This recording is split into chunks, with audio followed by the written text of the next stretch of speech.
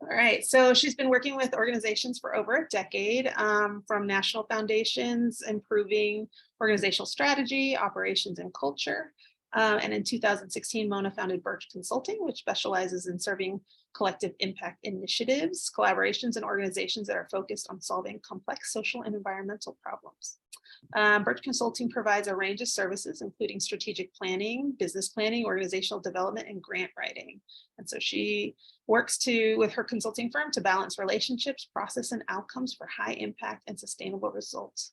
So Mona is one of our consultants. So if you have a consulting need, organizational sort of problem that you're looking at, or something that's complex, you want some strategy, Mona has an array of experience, and we could connect you with her. So just think about that as you go think about the work that you are doing with your organization and Measure 110. So I will hand it over to Mona to help us learn more about job descriptions and hiring and the importance of them. Thanks, Diana. Good morning, everybody. I just got the dreaded message that my internet connection is unstable. So here we go, Friday morning. Let's see how it holds up. I'm going to see if I can share my screen here so that y'all can see the slides I have and get them into the biggest form I can get. Everyone able to see a slide? Can everybody hear Mona? Or is it? Okay, just wanted to make sure. And then one last announcement. Sorry, Mona. If you have questions, feel free to put them in the chat, and we'll kind of try to filter them to her. And then she also is leaving time throughout the presentation and at the end for questions as well. So just FYI. Thanks.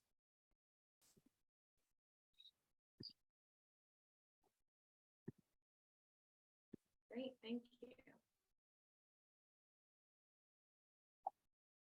So we've already done induction. It's really exciting to see some familiar faces in the virtual room here. I wanted to invite people, if we can just take maybe a couple more minutes before we really dive in. I wanted to invite people to share one thing they're hoping to get from this workshop today. If folks want to just unmute and share a brief, takeaway that they're hoping to get, or problem they're hoping to solve, or question they have, that would be really great. Help me tailor this as we go. If anybody have anything they'd like to share before I start clicking through slides?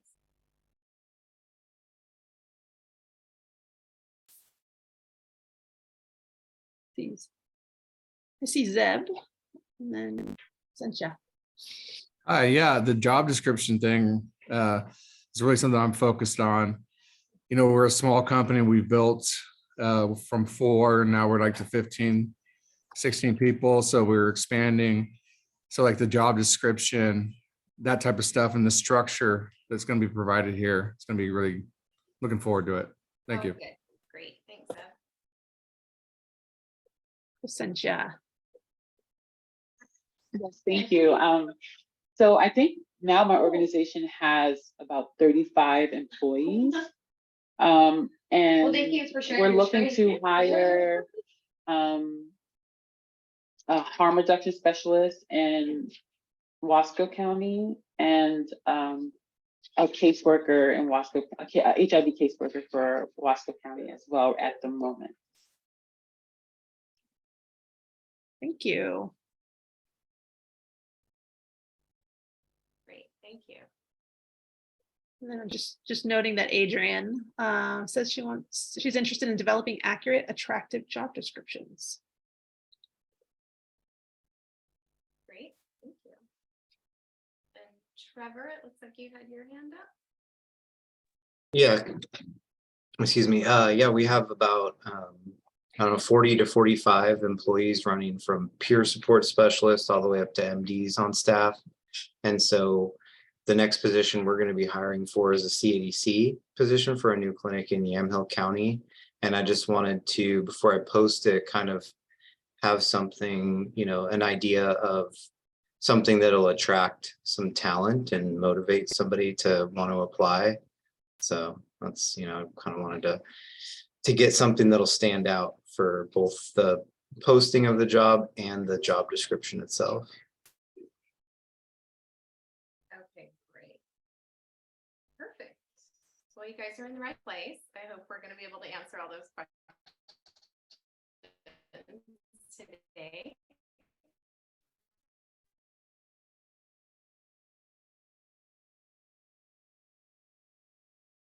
Anything else?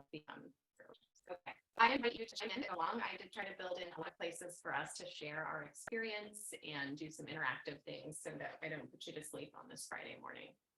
So what we're going to talk about in a nutshell is defining a position within the organization. So how do you know what you're hiring for? And then, as many of you have already mentioned, developing an effective and attractive position description. How do you really get clear about what you're hiring for and express that to your potential candidates? And then sort of this third bullet, I think, is a little bit of the holy grail right now, because it is an employee's market out there. So how do you attract good candidates? How do you get talent? And I know that that's particularly challenging in some of our smaller communities around Oregon, where your candidate pool might be smaller. And then last but not least, managing a thoughtful interview and selection process that helps you understand the best candidate for the job and really also sort of respects all the candidates' time and effort they've put in. So hiring, where do I start? Some common questions I hear when I'm working with organizations hiring is, how do I know what role I'm hiring for? There's a bunch of different stuff that needs to be done, but it can be sliced up in a lot of different ways. What job, what title, what am I hiring for? When do I hire different roles into the organization? Sounds like a lot of you are growing rapidly. You've probably experienced hiring several people over the last year or two. And what should I be thinking about as I design a new role? That's what I hear from many of the clients that I work with. So first, we're going to talk about defining a new role. So just deciding what it is that you're hiring for. Typically, people hire to solve an immediate capacity crunch.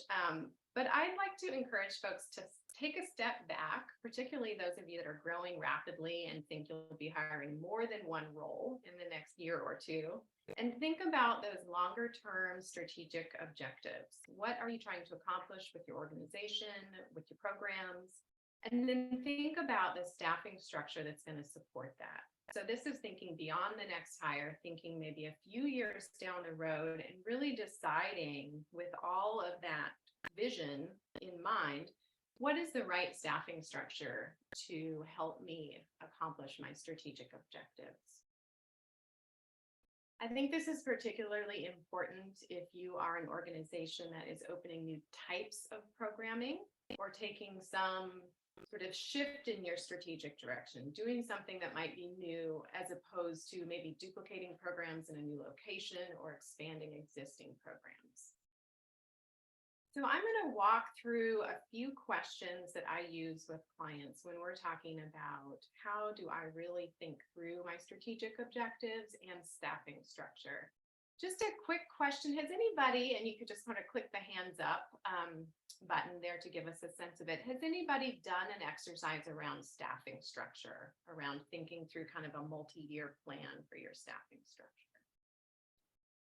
Anybody done that? Yes, somebody has. Okay. It can be a little daunting, I think, especially for smaller organizations, especially for busy executives. Who has time to sort of sit down and do that?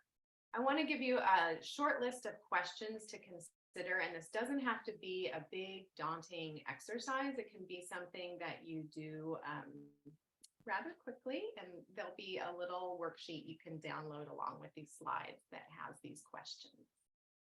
So just thinking through some of the basics, how many people are we serving? How many people are we going to be serving in 3 years? And, don't let perfection be the enemy of progress here. Do your best estimate, try to just sort of, figure out where you think you'll be in 3 years. The same with what regions are you serving? Are you going to be expanding to new towns, to new counties? And that gives you a sense of just sort of the overall volume of people you're going to be working with. What will your programs be? Is it going to be duplication and expansion of current programs? Well, if it is, then you have a pretty good sense of what it takes to run those programs. But is it going to be something new or different? Then you might need to think a little bit about what types of skills, what types of roles do I need to run those programs? What partnerships or collaborations might you be engaging in? Are there places that you can maybe gain from someone else's capacity through a partnership? Are there places where you're going to have to build in time to build those partnerships? It takes a lot of staff time, as we all know, to collaborate and partner. So thinking through that kind of thing is important as well.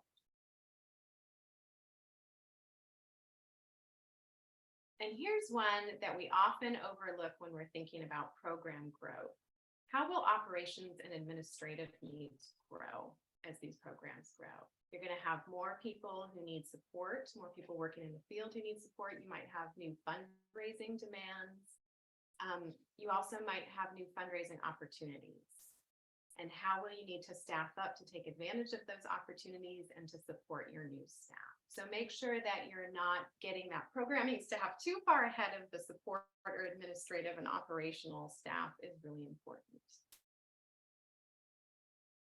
And finally, this is sort of that last overall question.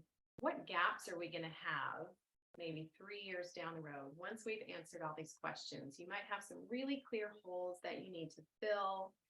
You might find some things you didn't realize, like, gosh, we were really focused on hiring a bunch of new program staff, but we didn't think about the fact that it would double the amount of work for our finance.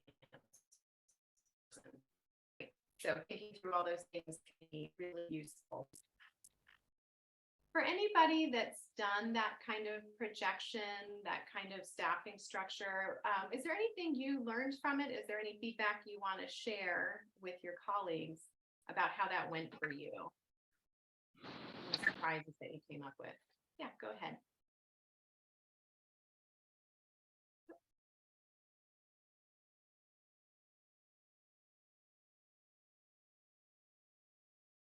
All right, if not, I'm going to keep jumping forward.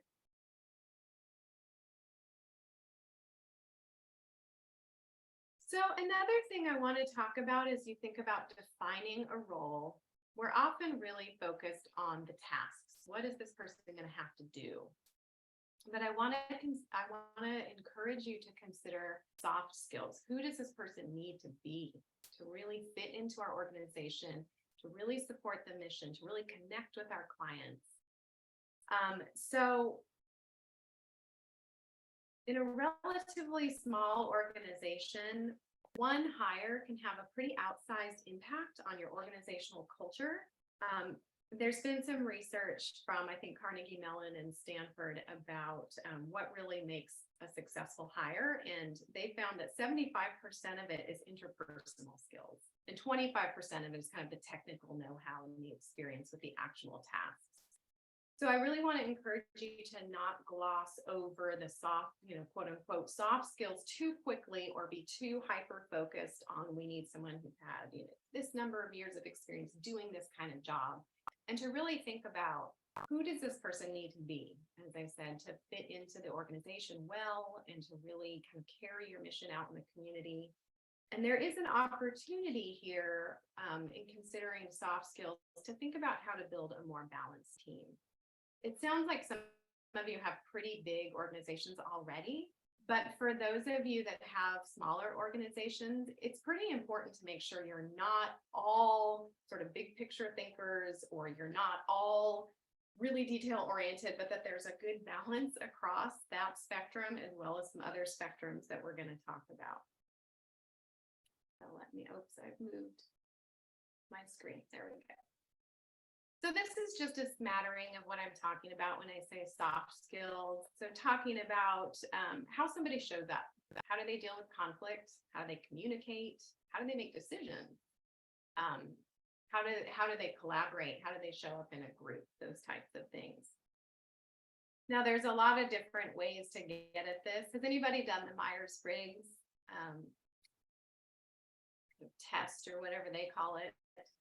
That's one of those tools that helps get at some of these soft skills. And there's about probably 3 dozen others out there. Most of them charge a fee for you to use. But I think there's some, again, kind of easier, not so time consuming or expensive ways to build this into your both position description and your interviewing process. So I want to walk through 4 soft skills that I think are pretty influential in whether or not a person is going to be a good fit in an organization. And then we'll do a little interactive when I get through these so you can kind of practice what I'm talking about. So the first one I already referenced, it's that kind of level of focus. And I don't mean are they unfocused or focused, but where they naturally focus. Are they a big picture person or are they a details oriented person?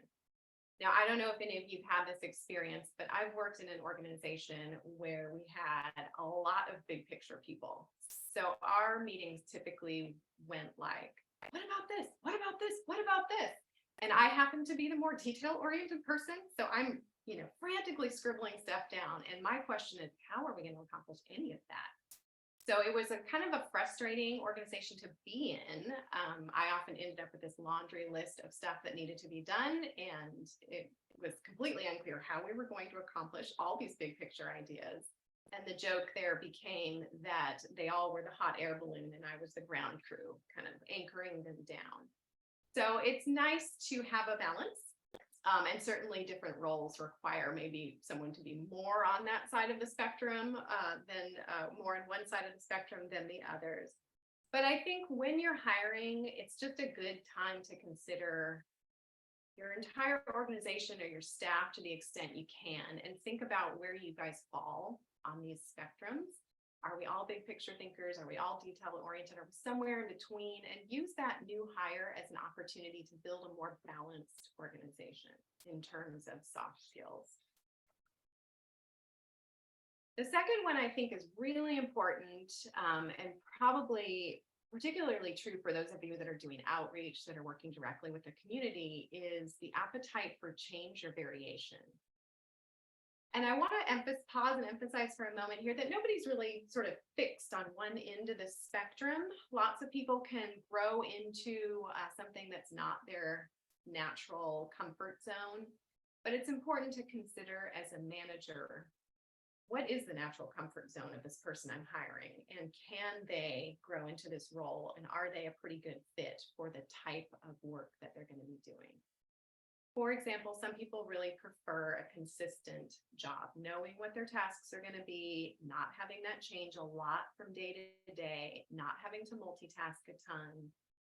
And some people get really bored with that. They want a ton of variation. They love having to deal with new things that come up every day. That's really exciting to them.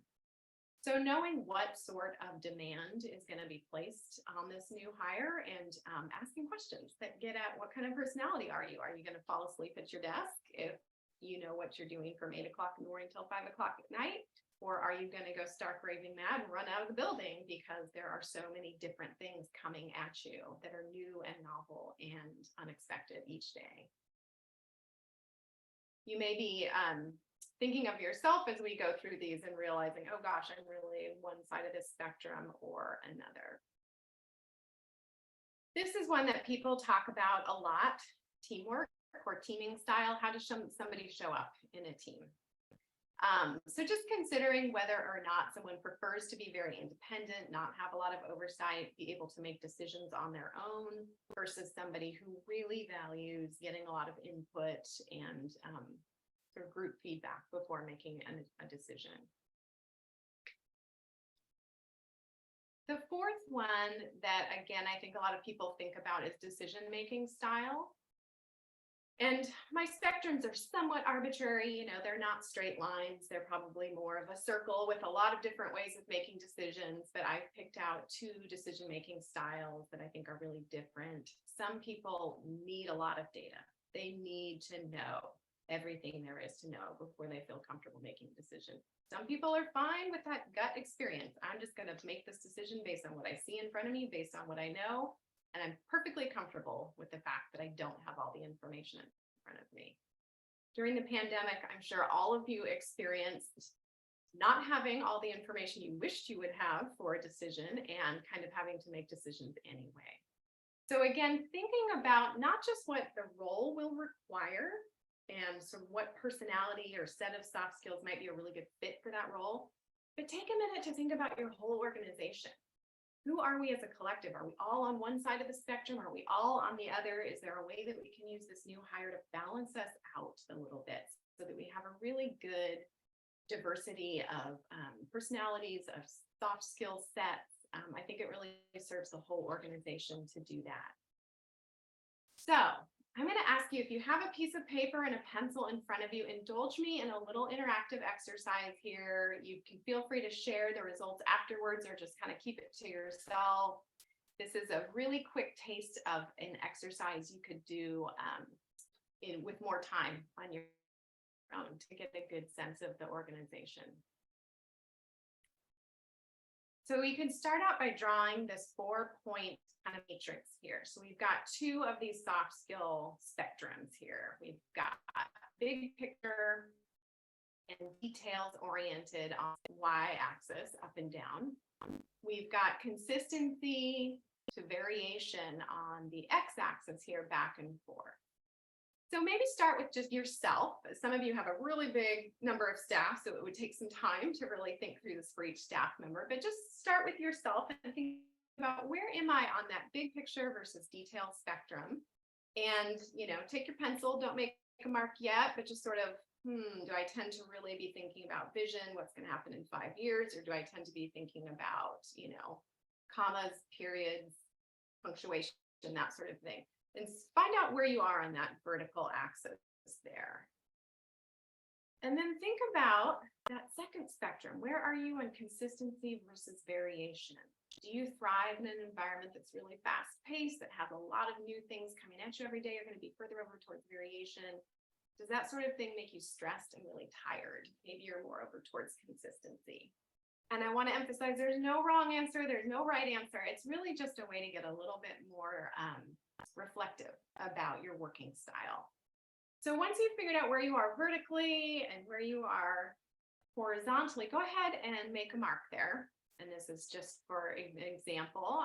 This isn't actually me. I would be further down on details. But let's imagine we have an executive director who's very vision oriented, very big picture, pretty comfortable with variation.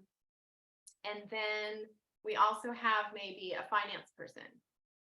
Their job is much more kind of consistent across days. They are, by the nature of their job, required to be more focused on details, and they're a really great fit for that. Well, you can do this for your whole organization if you'd like, or maybe just the senior management team. And then you can think about, gosh, do we have some gaps to fill? Do we have maybe, you know, the need to bring in some people that are more comfortable with that variation, because the executive director is the only one who's really comfortable with that level of day-to-day change and multitasking. Did anybody actually do this with me while I was talking? Anybody want to share some results or thoughts? Can't see. I ended up more towards the bottom left quadrant. Down in here. Detail a little bit below the x-axis. Okay. So above, where basically up from where you have your details dot, but a little bit more consistency than variation. Was that at all surprising, or did you kind of know that about yourself? It wasn't very surprising, but I'm okay with both, but I think where I naturally trend towards is a little bit more in the details and, you know, thriving on consistency, but also able to do the other parts. But if I just go with gut response, that's where I'd be naturally. Right. And that raises a great point. Like I said, lots of people can flex back and forth on these things, but we tend to have a comfort zone. And as a manager, just knowing that about somebody helps you figure out how to support them. How do I help them grow into comfort with maybe thinking more big picture, maybe being more adept at managing a lot of variation, or vice versa. And I think it's also pretty interesting, if you were to do this for your full team, you might find that you all tend to clump into one of these quadrants.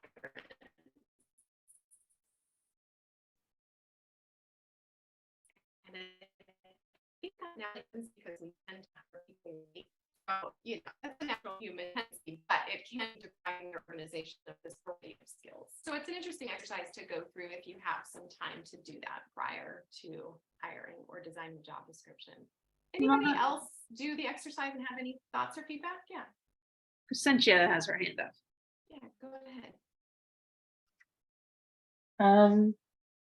I wasn't too sure, so I kind of put myself between like the big picture and consistency, because I feel like I thrive better if it's like the consistent kind of structure, and it helps me to kind of like create my own little like, I don't know, like off to the side kind of steps to, Right.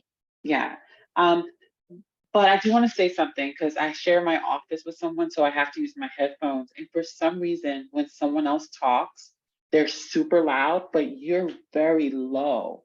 And I can only make out a few things that you're saying. And I really feel like this is very valuable information. So I just wanted to share that. Oh, thank you. Is anybody else having trouble hearing me? Mona, I think you are very soft, so it feels like maybe you are farther away from a microphone of some Okay. sort. Let me do a little arranging in my office. My head's going to get bigger here. There we go. And I'll try to speak up. I am a soft talker. So, And then I think maybe your Wi-Fi also is playing a little bit into that too. So it is. We're having another winter storm. I live in California right now, and getting all kinds of texts from the sheriff about winter storm warnings. So I think it's messing with my internet a little. All right. I'm going to say one more thing about defining a role. So this is before you put pen to paper and start actually writing your position description, when you're back to thinking about how do I know who I want to hire? What am I hiring them for? I would advise you to solicit some input from your board and staff. So I especially encourage you to do this if you're a smaller organization that has a board that's more involved in the day-to-day, or if you're a more collaborative organization that involves staff in a lot of decisions. I particularly think this can be an important exercise for organizations that are taking a new turn in their strategy. So as I said earlier, if you're duplicating a program, if you're maybe expanding a program that you already have into a different geography, you might be pretty clear on what you're hiring for. But if you're doing new types of programs all together, maybe engaging in new partnerships, it's a really excellent time to tap into the brain trust, to talk to staff and board about what kind of person you need to hire, or what kind of roles would really help you in those strategic directions. So any questions about defining a new role? And then we're going to talk about the position description itself.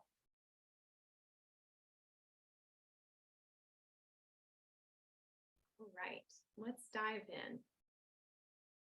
The position description, what do I include? You've probably seen really good ones, and you've probably seen really bad ones out there. And as I said earlier, it is an employee's market right now. So there is your job with the position description is both to be accurate in what you're looking for and to not screen out good candidates. So we're going to talk about how you can be sort of honest and accurate about what the role is without putting so much in there that a really good candidate looks at it and says, oh, no, I'm not qualified, or, that's not for me. The position description is also the foundation for your interview process, your hiring process, and eventually your evaluation process for the staff person once they're hired. So do spend some time really thinking through the details of it. We're going to talk about what pieces of it are really important and what those pieces should look like. So there's the job title and purpose. This is going to help candidates really quickly determine what the role is and whether they're a potential fit. Your organizational overview, I can't emphasize this enough. This is where you get to really sell your organization. This is where you get to tell candidates how amazing you are, how amazing the work that you do is, and why they should want to work for you. In an employee's market, or a market where, you know, it's harder to attract talent or good candidates, you really want to spend some time thinking through how to sell the organization. The duties and responsibilities section is important, but you also need to be very disciplined about keeping it concise. You know, it should be a bulleted list. It shouldn't be so dense that candidates stop reading halfway through. Same with qualifications. Be really disciplined about what you need to have, or the must-haves, versus the nice-to-haves. And we're going to talk a little bit more about that later. Finally, the work environment. Give folks a sense of what their day-to-day is going to be. I think this is even more important since the pandemic, since so many jobs shifted to being partly remote, you know, work from home is an option. I think candidates and employees in general have a little bit higher expectations for their level of independence in the work environment. So be clear about what it is up front, and that again will help screen out candidates who may not be interested and help attract folks who are the right fit for you. So again, feel free to jump in with comments or questions as we go. I'm going to kind of walk through each of these sections with some details and a little bit more description. So job title, be really clear and descriptive here. Don't be tempted to overdo the title of the position. If I can give an example of this, my first job out of graduate school, I was hired as a director, but I was the second employee. So I wasn't really a director of anybody. It made me feel really good, but it was kind of an overblown job title, and it certainly didn't match the salary. So don't be tempted to do that. It can be tempting. And a second thing I'll maybe caution you to do is don't get too creative about the job title. I was also once hired as an office goddess, which was fun, but it was completely unclear what the job actually was. So I'm sure that it screened out a number of good candidates. So being just really clear and concise about what the job is, kind of picking that accurate title, whether it's a coordinator, manager, director, so that you're getting sort of the right tier of candidates in there. On the flip side, I would say avoid being too general, you know, saying something like a staff position, an associate position. Oh, the word associate. It's so general. Nobody knows. Do you want someone with 1 year experience? Do you want someone with 10 years of experience?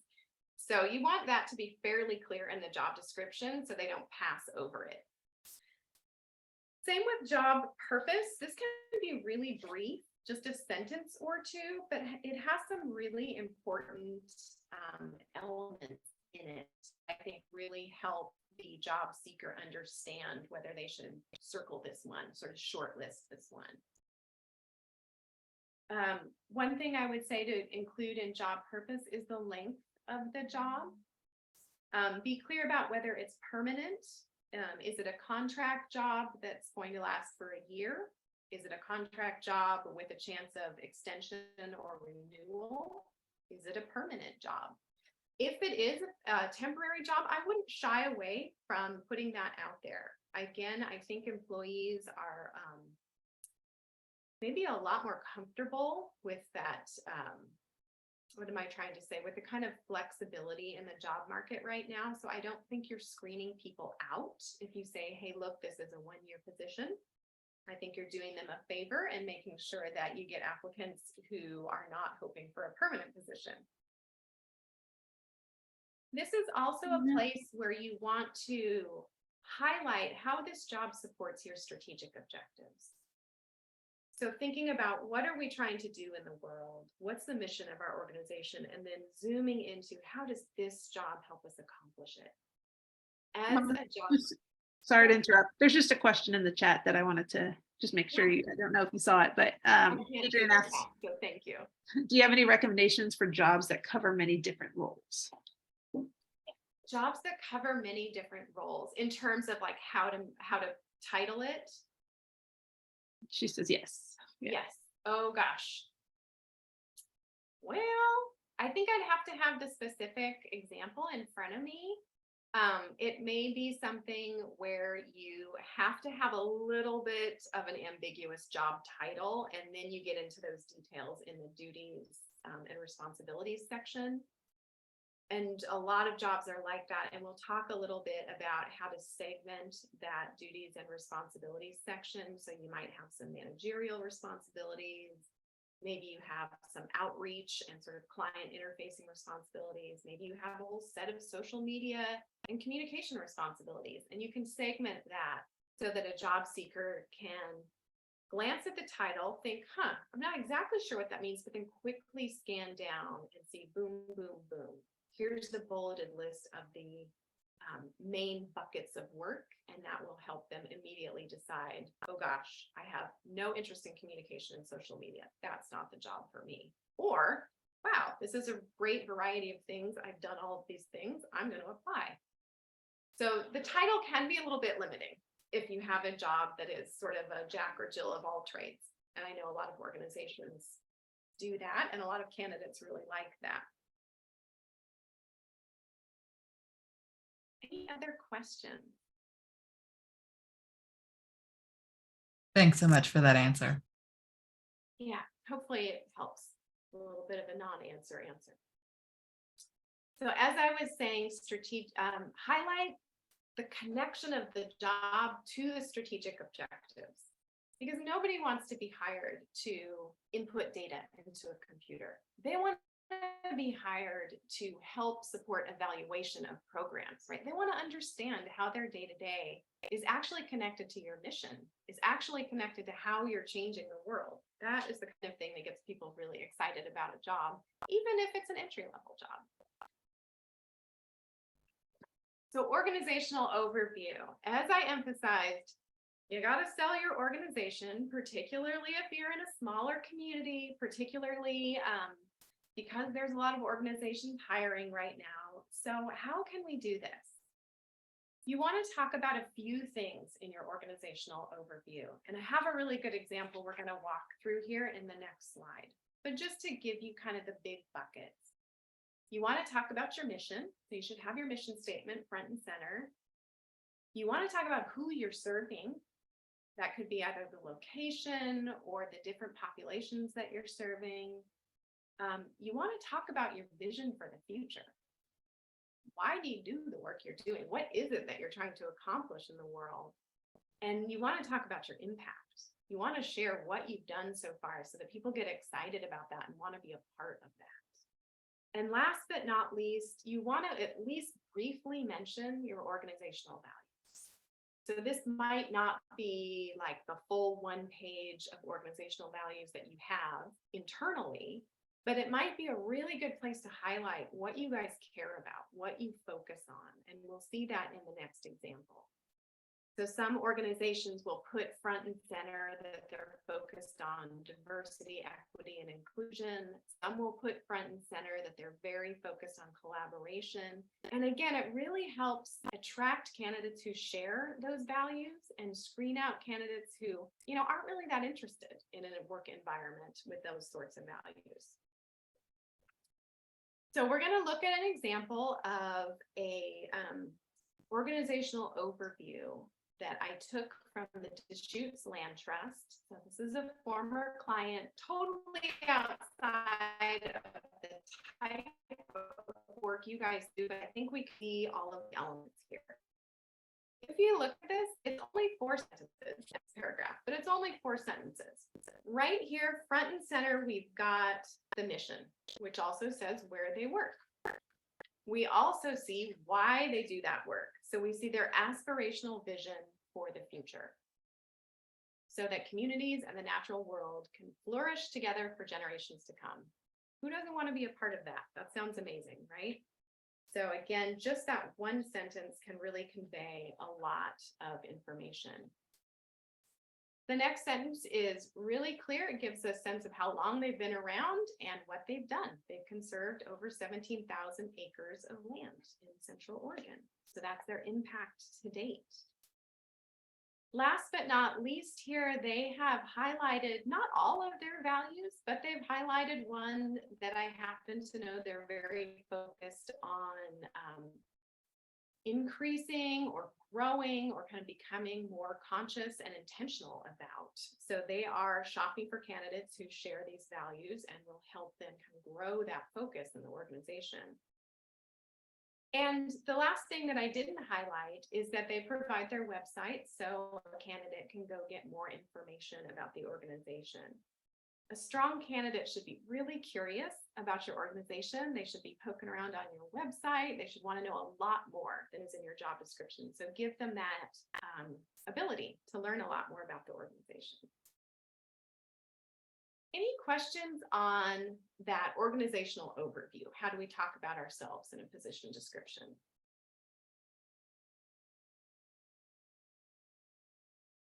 It's one of the kind of easier parts to write because you should know who you are, right? All right. Let's talk about essential duties and responsibilities. As I've said, bulleted list, bulleted list, bulleted list. Please, please do not give candidates like 3 fat paragraphs to read through. They'll stop reading. This is often the section that candidates read first. They might glance at the title and then they're going to go straight to this list because they're going to want to see, have I done all these things? Do I even know what they're talking about? So you want to put a lot of thought into what's going to go into this section. The trick to capturing everything without developing a really dense list of duties and responsibilities is to not list every task, but to think about those buckets of work. As I mentioned earlier, you can have one bullet that says managerial duties, and then maybe like 3 sub-bullets. You're going to manage this many people. You're going to manage this type of setting. And that way, and someone's eyes can easily scan through that and see, yep, I've got that kind of experience. Yep, I've got that kind of experience. So not every task, but the buckets of work with maybe some sub-bullets that get at the specific task. What else do I want to share about this? If you're doing that segmented description, as we were talking about, so maybe you've got a job that has to cover a little bit of everything, and this happens a lot in smaller organizations.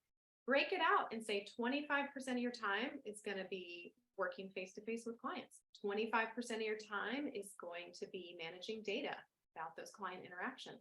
25% of your time is going to be working with the board and the management on strategic objectives or strategic work. So you can give a person a really good sense of how their day would feel, what types of work they would be doing, and how much time they would be spending on each of those tasks.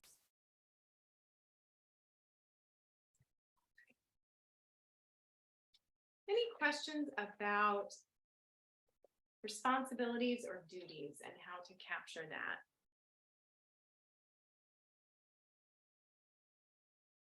Qualifications. This to me is the hardest part of a job description or a position description to write. And I'm going to challenge you to be extremely disciplined here in deciding what goes in the need to have or must have list and what goes in that nice to have list.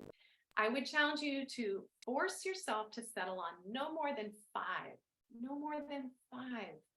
must have qualifications. Does that surprise anybody that it's such a short list?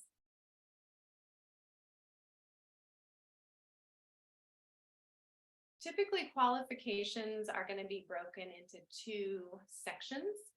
When you're looking at the position description, again, you'll have kind of a header of education and experience and a list there. Bulleted list is great. And then knowledge, skills, and abilities as a separate heading. And again, bulleted list under there.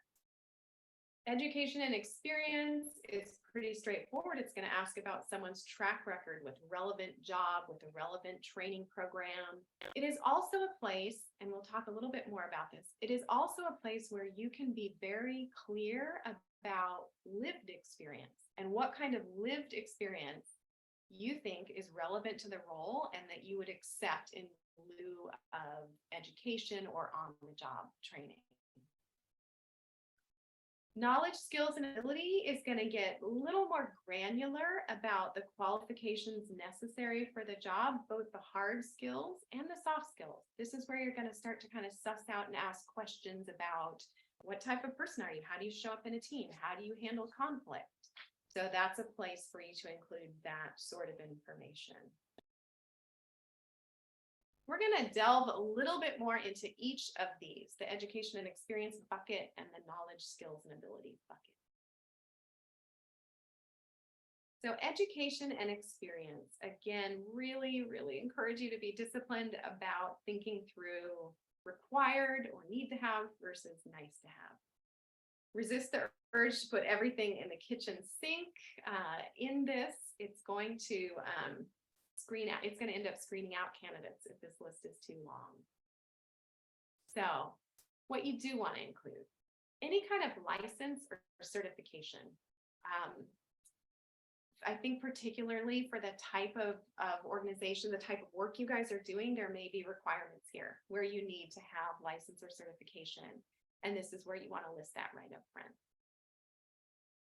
As I mentioned, this is also a place to talk about lived experience versus on-the-job experience. Is there anybody hiring for a role where you already know you're going to be, you would consider or you would be willing to consider lived experience in lieu of on-the-job experience? I'd love to hear how you're thinking about that. Looks like Adrian had her hand up. Yeah. Yeah. Go ahead. Yeah. Yeah. So I work for a peer-run organization. So lived experience is critical to our mission, to our values, and to the work that we do. So many times, and this varies depending on the role. You know, if it's a manager, supervisor, director level role, there's going to be additional qualifications that are needed beyond just the life experience that someone brings. But for direct support roles, sometimes that may be the primary qualification that someone has. The lived experience, the ability to overcome past challenges and really be at a place in their own well-being and recovery that they're able to effectively support others is a primary qualification and really a very valued skill. Mm-hmm. And how do you guys talk about that in your position description? Gosh, I can find one because we actually have a bunch of open positions right now. We talk about the earlier things, you know, so we're talking about the mission and values and how that connects to peer support, and that in a peer support role, one of the qualifications is bringing that lived experience. So I can actually find a job description, and if you give me a moment, and then see how it's specifically phrased, because we've made some updates recently. Great. Well, I'm going to talk about one more bullet point on this slide, and then when you find it, chime in and let us know. I'd love to hear how you guys are talking about that. I think more and more organizations are moving towards considering lived experience as really relevant and important, and there's not as many great examples out there about how that's included in a position description, how people talk about it. So while she's looking for that, I'm going to talk about a third thing that's typically included in the education and experience section of required qualifications, and that's the number of years of experience. I would say here that I love seeing a range. It's really challenging when I see 5 years of experience. Well, you know, what about 4 to 6? You know, is there room for a range in there? And I would really encourage you to be careful about asking for a specific number of years of experience at a specific, and I'll give you an example. Say you ask for someone with, let's say, 3 years of experience at a managerial level. You're automatically going to screen out someone who, say, maybe got 8 years of experience in the field. Maybe they have 3 years of experience doing outreach. They have 2 years of experience doing, like, as a coordinator, sort of higher up. And then maybe a year or two of experience as an assistant manager. they're totally ready to step into that managerial role with a little bit of support and coaching. And you may kind of lose this really great candidate because they can't tick that particular box. So if there's a way to frame it as a range of years, maybe 2 to 5, or saying, 2 to 5 years of experience working with this population, or working in this type of role, or working in this type of job, and leave the title out of it, I think you're going to attract a broader pool of candidates. You're not going to screen out those people who may be pretty close, but say, oh gosh, that's not for me. I'm 1 year shy of the year. How are we doing? Did we find that position description? I did, yes. Would I put it in the chat? Would you like me to read it out? If it's in the chat, that's great. I can't see the chat, but I just wanted folks to have some kind of example to look at. So thank you for sharing that. And any thoughts or feedback so far on education and experience, or how we talk about lived experience?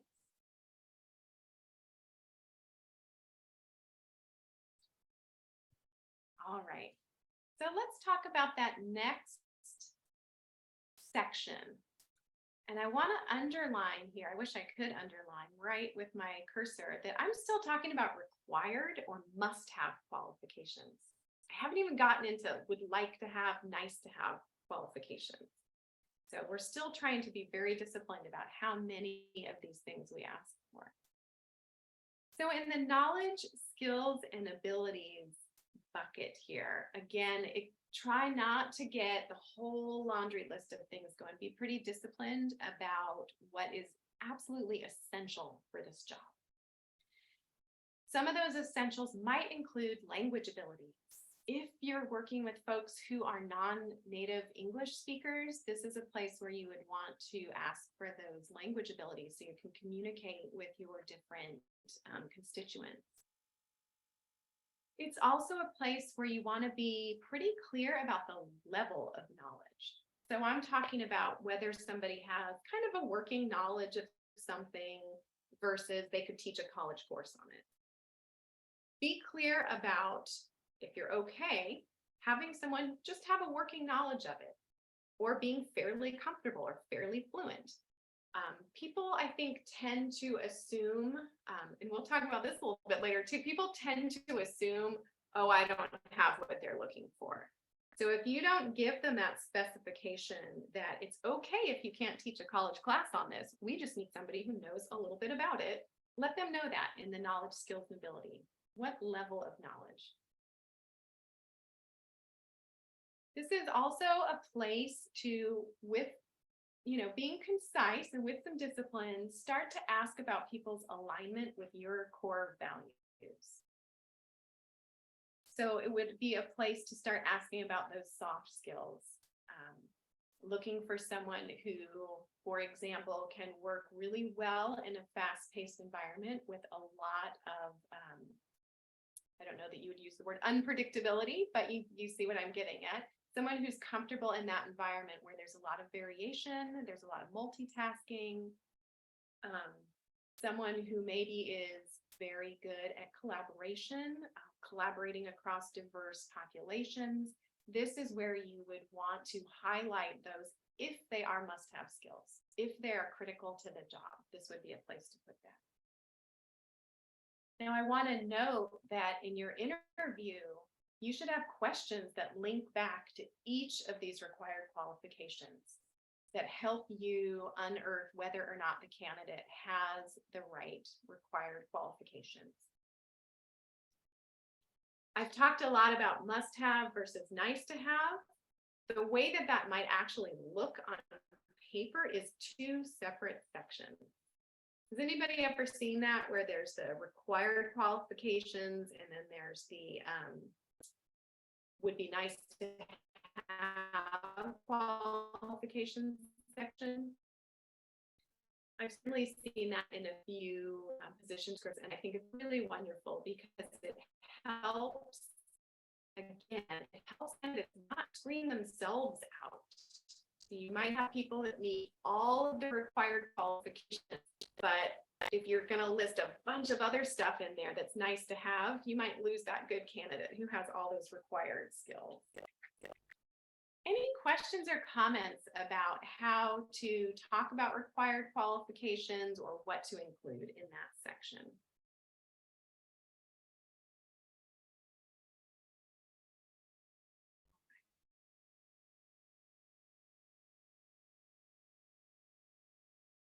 The next section in your actual position description that you'll be sharing with people is talk about the work environment.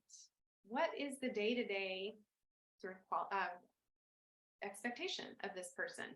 And I think this is particularly important because people have a lot going on and they want to know, am I going to be required to drive around the city? Some people might not have driver's licenses, or they might not be comfortable with that.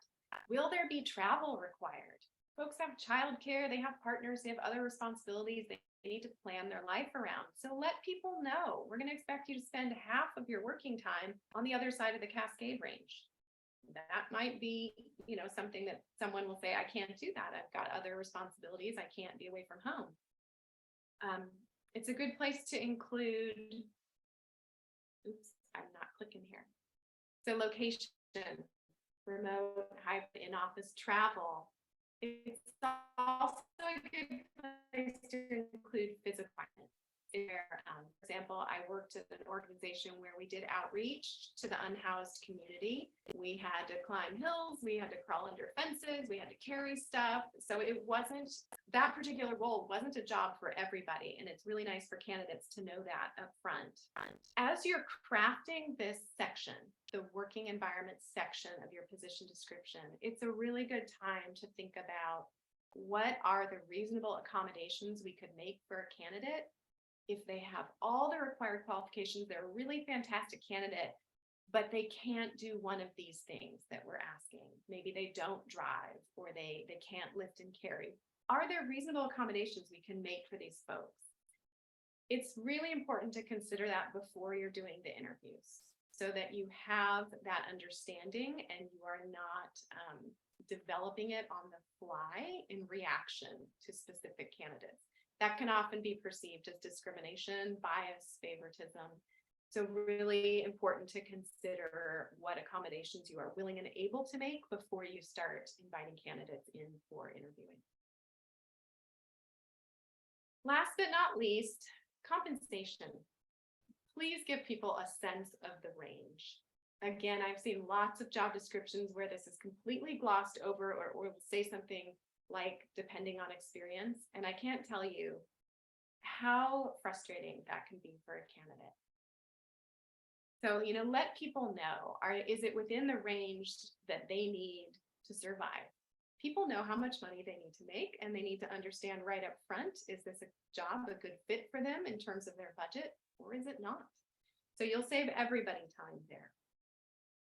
If you don't have a specific compensation nailed down, or if it does depend a little bit on experience, just give them a range. Let folks know, you know, it's from this amount to that amount. It depends on experience.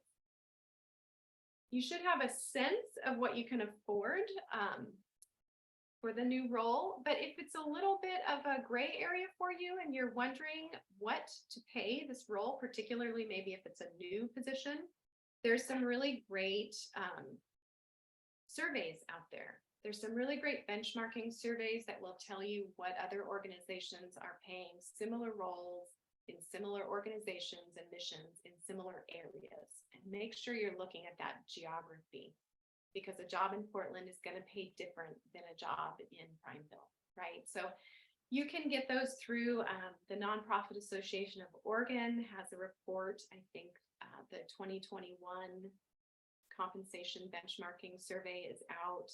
It's available for between $50 and $150, depending on your membership. And then there's also some national surveys out there. Again, I think those require a fee. In lieu of using one of those surveys, you can also just do a little bit of your own research and see what other organizations are paying. So I'm going to pause for a minute. We've walked through all these different things that should go into a job description, the title, the purpose, the essential duties, the required qualifications, the nice to have qualifications, the working environment, compensation. Any questions about these different pieces? And there's a lot in there. Anything I didn't cover that you guys are wondering?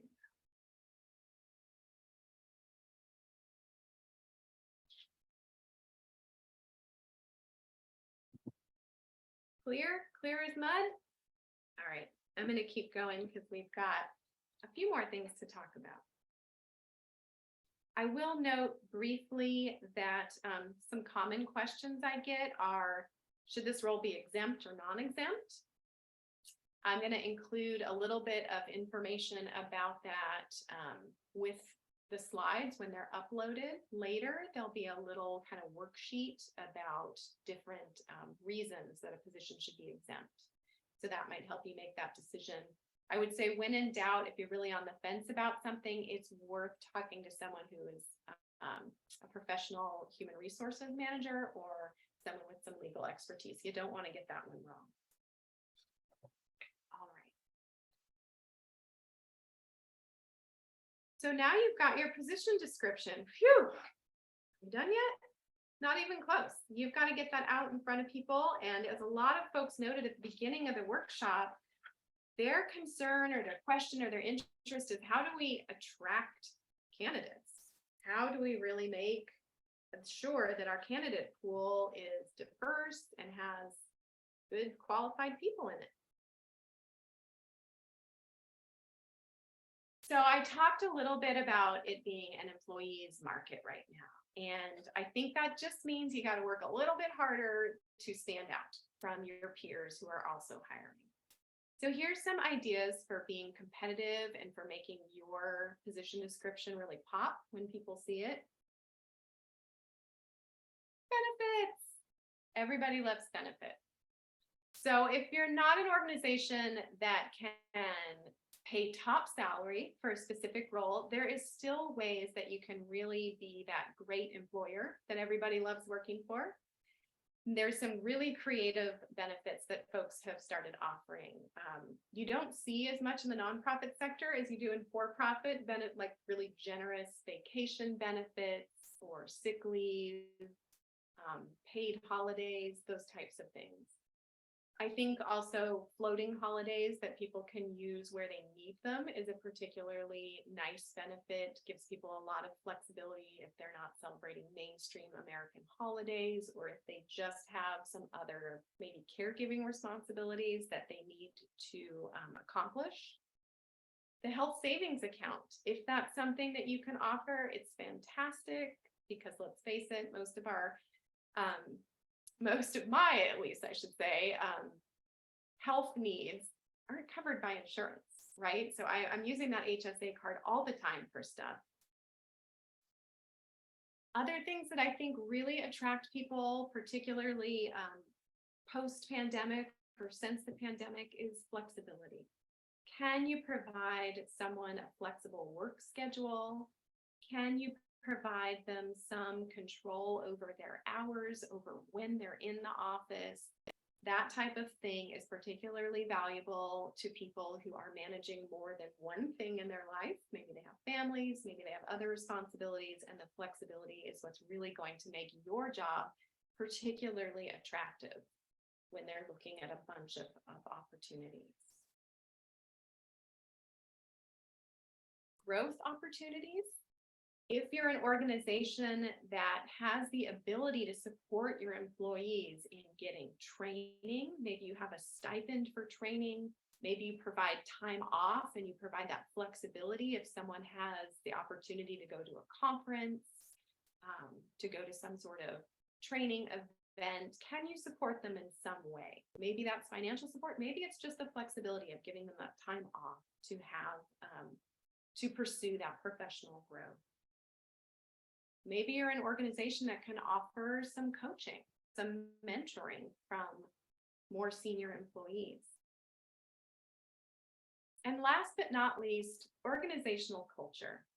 Win them over. What is it that makes you love working where you work? Do you bring your dog into the office? Do you guys have great holiday parties? Are there regular team events or activities? Do you have a nap room or a yoga room where people can decompress in the middle of the day? I'd love to hear some creative ideas around this, or I'd also love to hear just from folks, what is it that you love about your organizational culture that you really want candidates to know? What would you love to tell candidates about your organization and the type of culture and why it's so fun to work there? Anybody have anything they'd like to share?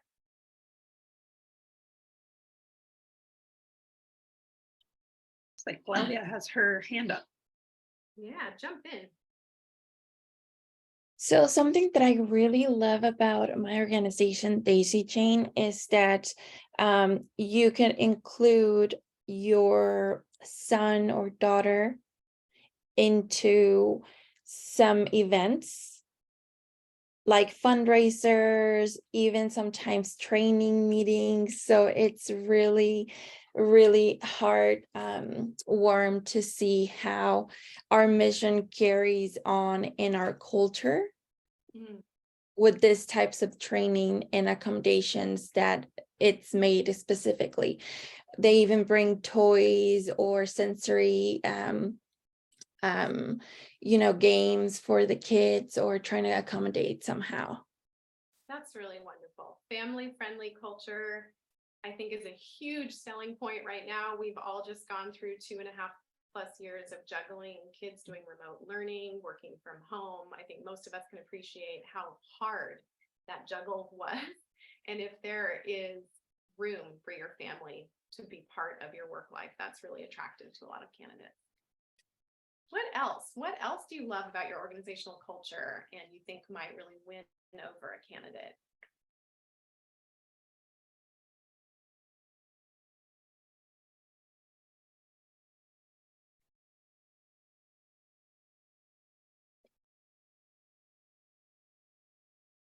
I think I saw Zeb's hand pop up. Yeah, go ahead, Zeb. Awesome, thank you.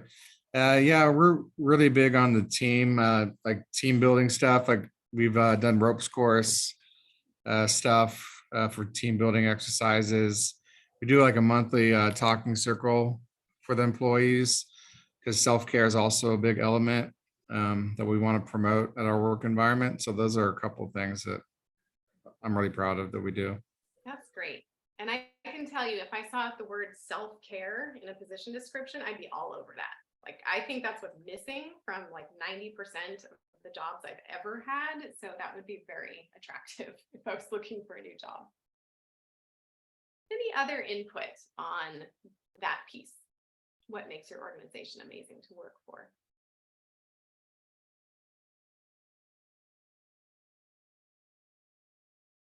All right, I'm gonna keep driving forward here.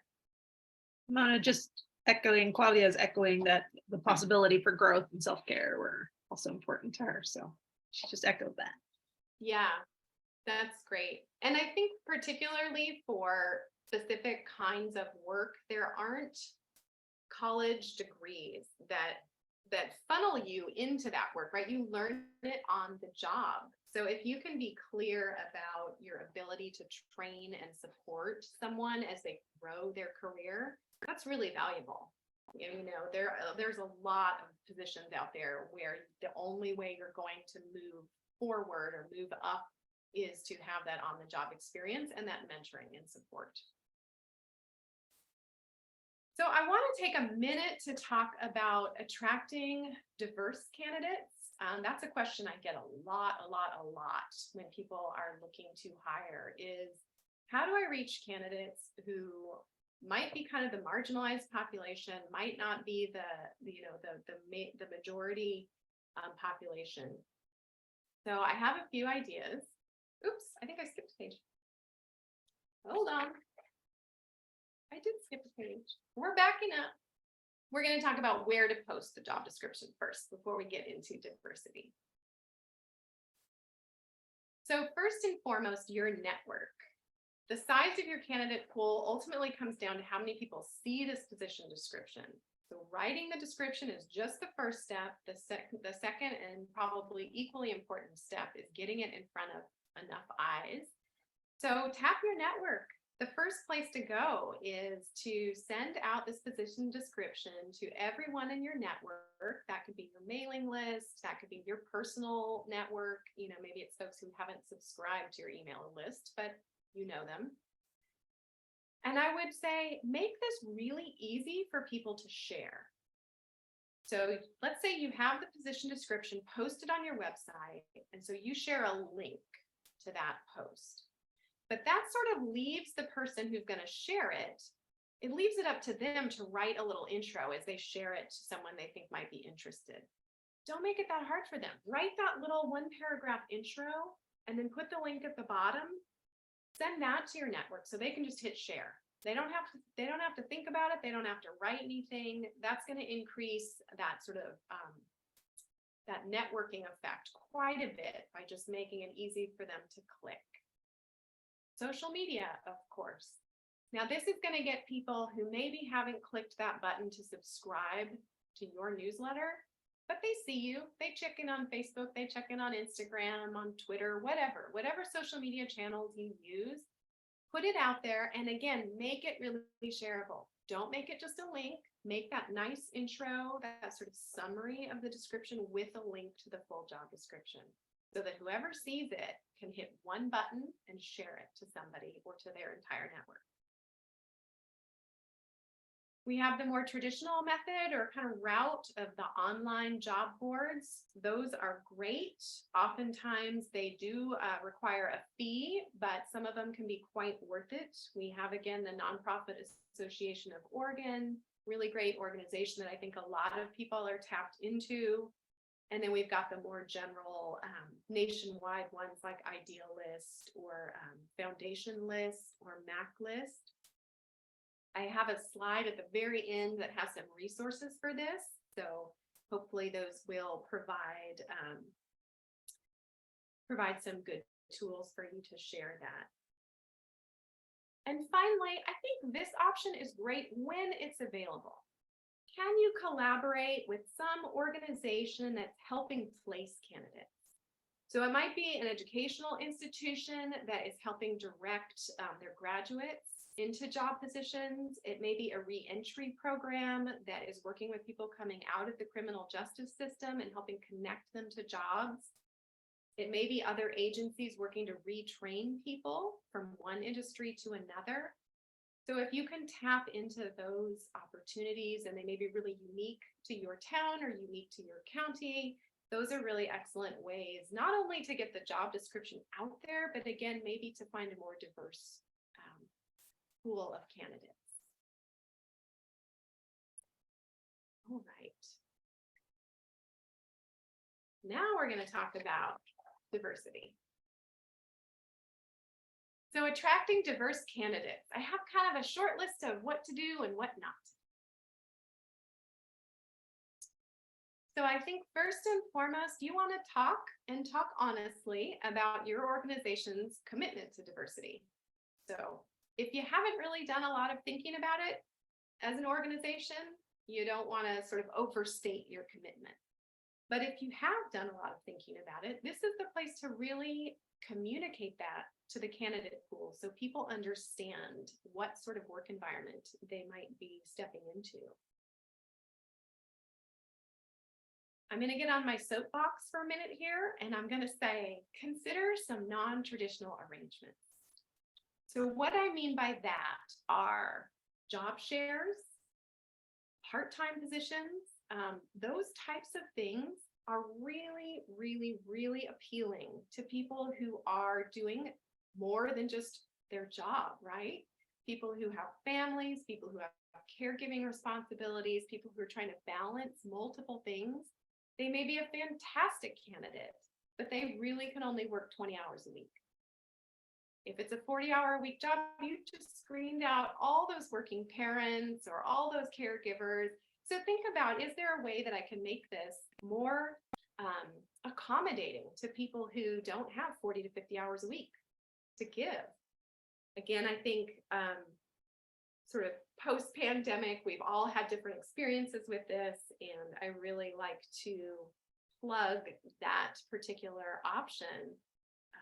I did a little research as I was putting this together, and the US labor market, 40% of the US labor market has children under 18 at home.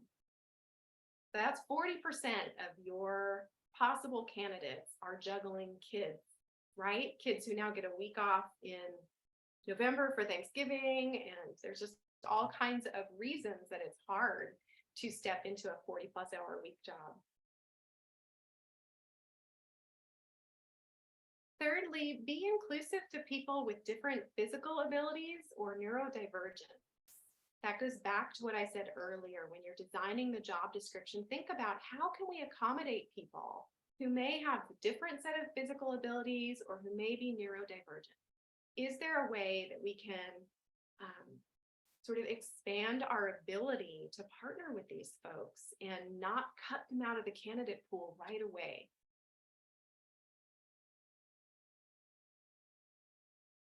And last but not least, tapping into networks and using online posting sites for that position description that are designed to reach more diverse candidate pools. And in the resources slides, I think there's about 4 or 5 options for that. So again, I hope those tools come in useful as you are posting your job description. In terms of attracting diverse candidates, there's also some things you shouldn't do. So first one's fairly easy. Don't use jargon. In your position description, don't use a bunch of acronyms that only people in your job, in your organization know. I'm a consultant and I work across a bunch of different mission areas or mission fields. And I can't tell you how difficult it is coming in and seeing these like 9-letter acronyms, because I don't work in the field and I have to stop and say, what does that stand for? So try to make those job descriptions really clear for people. Don't use biased language. Seems super obvious, but sometimes it can be a little more complex than it appears on the surface.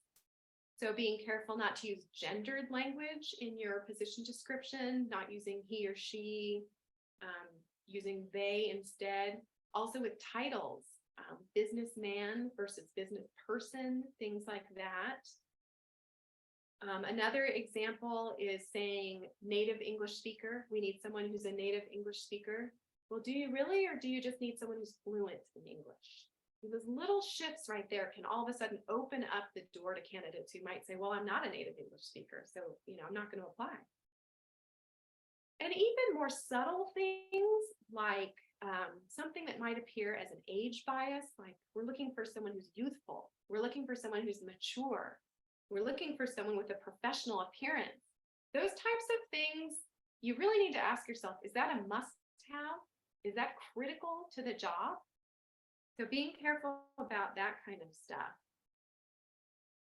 And I think, last but certainly not least, be really careful not to overload that must-have list of qualifications. Really strip it down to the bare essentials. And here's why. The Hewlett-Packard Foundation did a study that showed that men apply to positions when they meet just 60% of the qualifications, whereas women only apply when they meet 100% of the qualifications. Now, of their study population, that's what they found. So if your must-have list of qualifications is a mile long, boy, you've just screened out a bunch of people who were probably qualified, right? So just be really disciplined and careful about what you consider the absolute must-haves.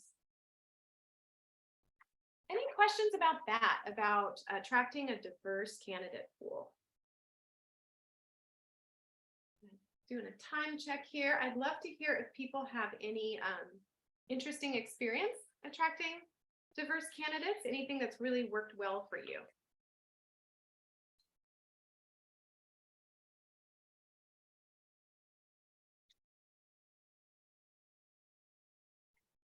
I'm going to keep jumping forward. So you've got your position description out there. You got a bunch of qualified applicants. Now what? Well, now some of the really fun work begins. And here's how I have handled the candidate screening and interviewing process. I did executive search for a number of years in the Bay Area, and gosh, did we get, just mountains of applicants. So it could be quite daunting to really sort through them. And here's what I do. I sort folks into 3 categories. So I just take, take their application materials and make 3 piles. The first pile is your top tier folks. They have all of the must-have requirements and then maybe something else, and maybe some of those nice to have. So these are the must-haves plus. Now, my second pile is everyone who has the must-have requirements. They meet those required, but maybe I'm not as excited about them. And then finally, there's people who don't. They just don't meet the must-haves, so we're going to put them in a third pile. I'll tell you that the first tool I use is the resume. I don't wade through all those cover letters. If that's something that you're asking people to prepare, you're going to spend a week reading them. I go straight to the resumes. I do that quick scan and I sort must-have plus must-haves, none of the above.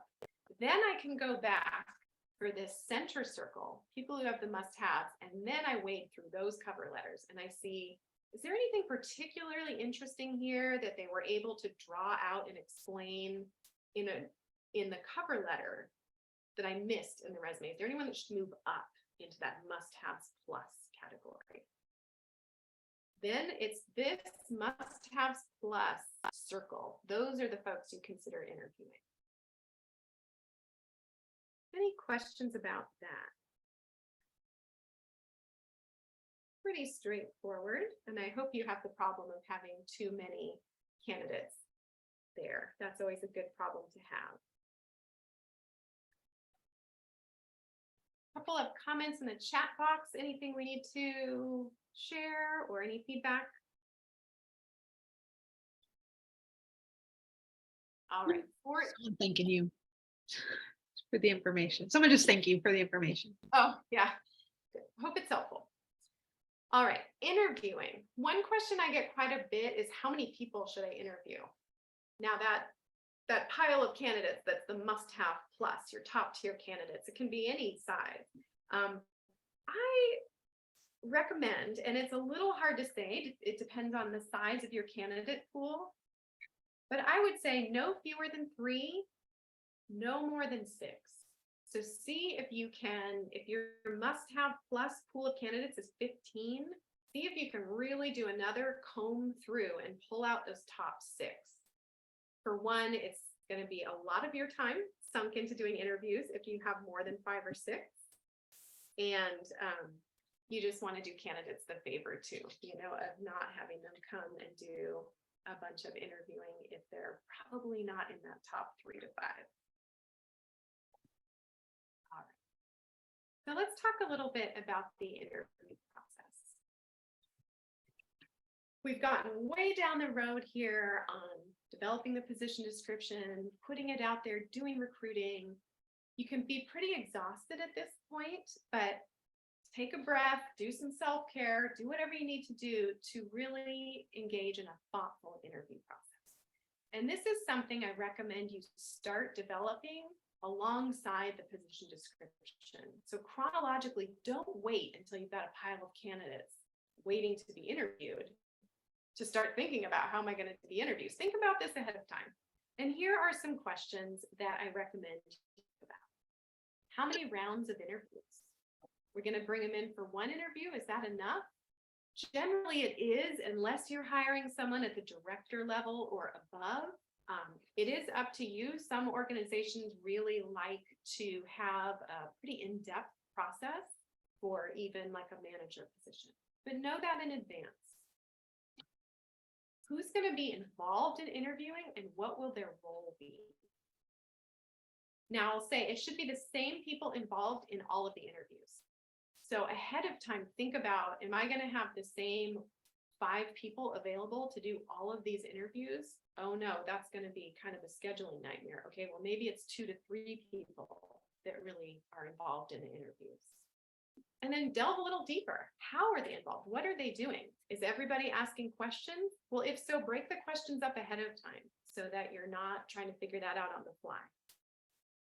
Be really clear about their role in decision making. Is everyone who's involved in the interview making decisions? That I've seen that go very badly with staff, where staff have been invited to participate in the interview. Some have assumed that therefore means they get a say in who is getting hired. And that wasn't really the role of the staff. Their role in that involvement in the interview was to provide information about the organization to the candidates. So they were there to sell the organization, to talk about how great it was, to talk about what it was like to work there. They weren't really there to discern which candidate was the best fit. So just be really clear about what the role is for everyone who's involved in the interview, so there's no confusion there. In terms of decision making, be really clear too, if you are inviting multiple people into the decision making process, what's the process? One person, one vote? Or everybody provides their input to the executive director, and then the executive director gets to go away and make that decision? So again, thoughtful, think through ahead of time so that your staff, your board, everyone who's involved understands their role, is comfortable with it, and clear about it. What will the interview consist of? Are you having folks come in and sit in a room and sort of get a series of questions asked of them? Or are you inviting them to come meet clients? Are you inviting them to observe some of your programming? That can be a really interesting way to see how people interface with your clients. It can be a really interesting way for them to learn more about your organizational culture, your programs, what it looks like, what it feels like to be there. And last but not least, who is going to communicate with the candidates? Not just the one who's hired, but the ones who are coming in for interviews and the ones who are not invited for interviews. You should communicate clearly and respectfully with all of those folks, because a good interview process or a good hiring process should build your network, right? So all of these folks who weren't hired, they should still be fans of the organization. Ideally, they should be signing up for your newsletter. You know, they should maybe become volunteers. So you want to keep those folks on your side. All right. Interview questions. As I said earlier, your interview questions should link directly back to your position description, to that list of must-have qualifications and nice-to-have qualifications. It's pretty straightforward. You can get creative about how you ask someone, but you don't want to have any superfluous questions in there that don't really help you understand that person's qualifications for the specific role. It's a fairly obvious point, but I want to make it. Be really careful to avoid unethical questions. Now, I think, don't quote me on this, but technically there are no questions that are illegal, but there's a whole host of questions that could open you up to legal action if the candidate perceives bias or discrimination. And this is one of those supplemental worksheets or one-pagers that I'll include with the slides, so you can have that list of questions that are best to avoid, as well as some tips for how to ask in a better way, right? So instead of asking, do you go to church on Sunday? Because we have programming on Sunday and we're going to need you there. Just ask, do you meet the job requirements in terms of the days that you're available to work? So there are tips like that to help you get at some more sensitive topics without sort of blundering into the arena of unethical questions. And the last point I'll make here is something I hadn't really thought about until I talked to a friend of mine who's an HR manager for a very large organization. And she said, there's this whole realm of unintentional bias that happens when you get to chatting with the candidate, and we're people, and you're people who work with people. So I'm imagining you build that rapport pretty naturally with people. So you might unintentionally say, what did you think of the basketball game last night? Or what college did you go to? And then all of a sudden, you have some information about one candidate that might make you kind of unconsciously more attracted or not as attracted to them. Maybe they like the same basketball team as you. Maybe they went to the college that your ex went to. Neither of those things have anything to do with the job, but you now have an affinity towards one candidate versus the other. And if it's not a question that you ask every single candidate, then you are in the territory of potentially being perceived as being biased. So try to just stick with questions in the interviewing process that really pertain to the job description and not get too chatty. That's super hard for me, but I think it's a worthwhile skill to develop. Any questions about interview questions or the interview process?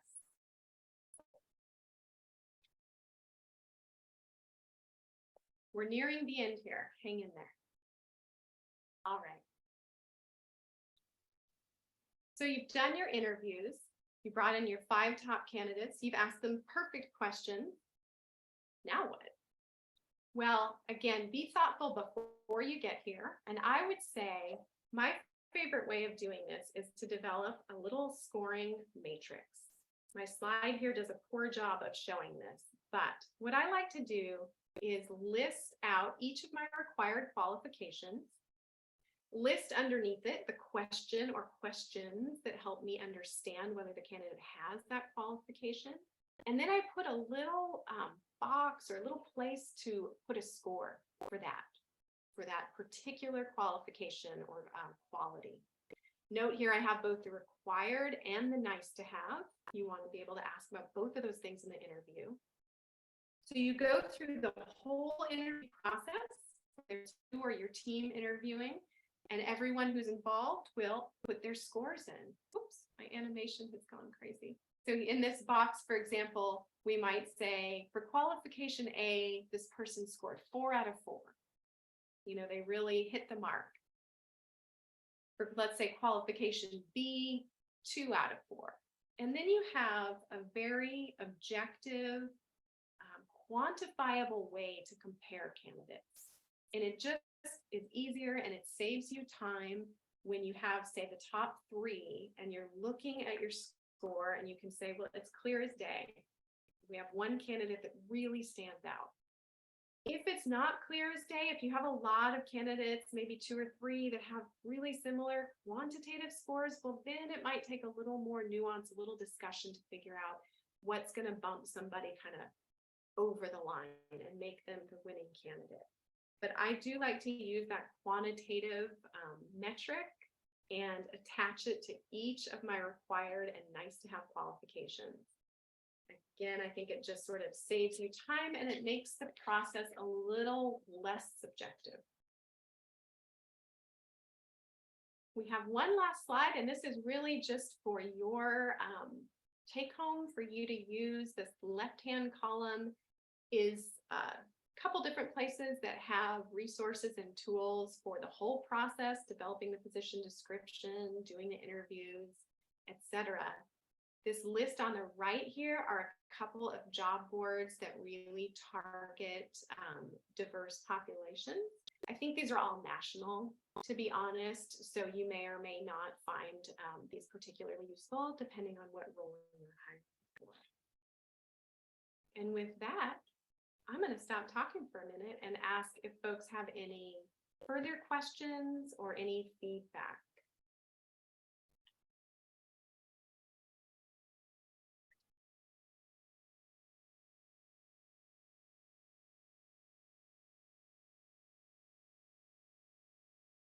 In fact, I'm going to unshare my screen if I can so that I can see it.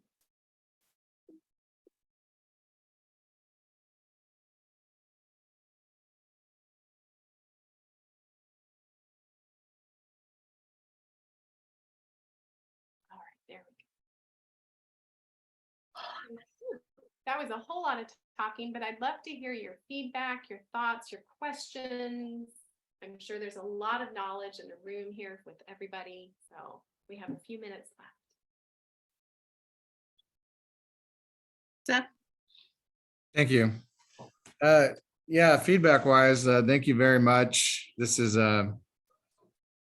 very helpful information. It's given me the structure that I'm looking for. It's given me a lot of great ideas to move forward with, and some things I didn't even think about.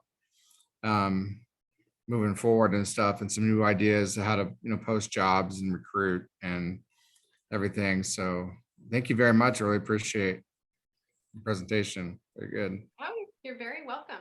Thank you. And I'll extend an offer. I hope I don't regret extending here, but if there's anybody who, as you're doing this, if you have a question along the way, email me. I'd be happy to like chew on an idea with you or give my 2 cents. I can't claim to be an expert about everything, but would really love to support you all in hiring good people and doing the work you're doing.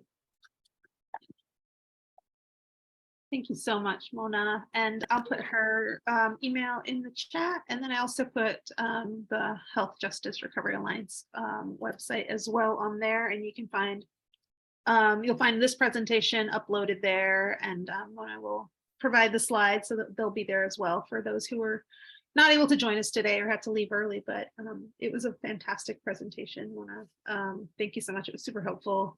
Someone who does hiring, a lot. I also learned so much just from, Oh, good. Oh, good. from that. So thank you so much. I really appreciate it. But unless anybody has any other questions, please remember, happy to help support you all as you are writing your job descriptions. Can always be a second pair of reviewing eyes or just helping post it to our networks as well. So please head over to Health Justice Recovery Alliance with any of your technical assistant needs. Happy to help. And there'll be a couple of 1-pagers along with the slides. So even if you fully present and looking at the slides today, you might peek at those. They're the unethical interview questions, that staff structure worksheet to think through what is our staff structure going to need to be in a few years, and then a little more information on that exempt versus non-exempt question that can be sticky. Great. Well, thank you so much again to everybody for joining us this Friday morning, and enjoy the rest of your Friday and this weekend. Thank you. Thanks, everybody. Thank you. Thank you.